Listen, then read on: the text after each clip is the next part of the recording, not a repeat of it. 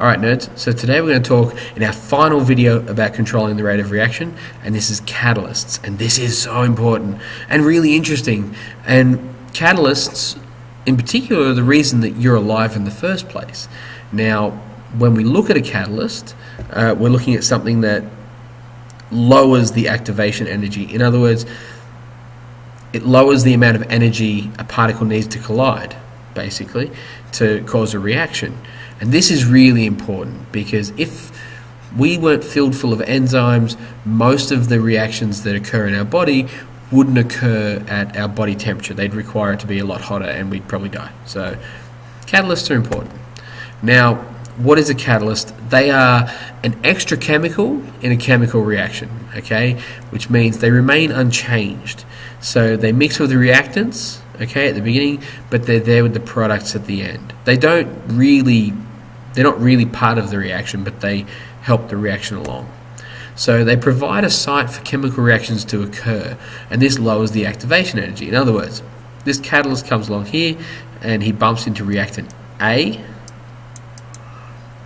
The reactant A just chills into it. He's stuck there. He locks in. This is actually a better model down here. You can see that it's got a little physical space for it to fit down here. So A bumps in, then it bumps into B. So part of reactant B, and that's why this one's pretty good because it shows that they both happen at separate times. And because they're there, they just hang out together till they react. And I know that sounds silly, but that's what it is. Now, in biology, these are called enzymes.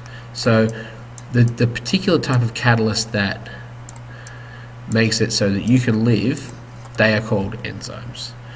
Now, here we see a graph, right? So if you've got a catalyzed reaction, you see that the activation energy is much lower. So the presence of a catalyst increases the rate of reaction and the catalyst remains unchanged. What conclusions can we draw from that? Basically, they lower the activation energy, as we see just here, and therefore collisions are more likely to result in a chemical reaction because more of them will bump into each other, needing less energy. Now remember we did elephant's toothpaste? That was a catalyst. Anyway, we'll explain that in class. That's one for class. Okay, so good luck, and I hope you write that down, and we'll see you in class.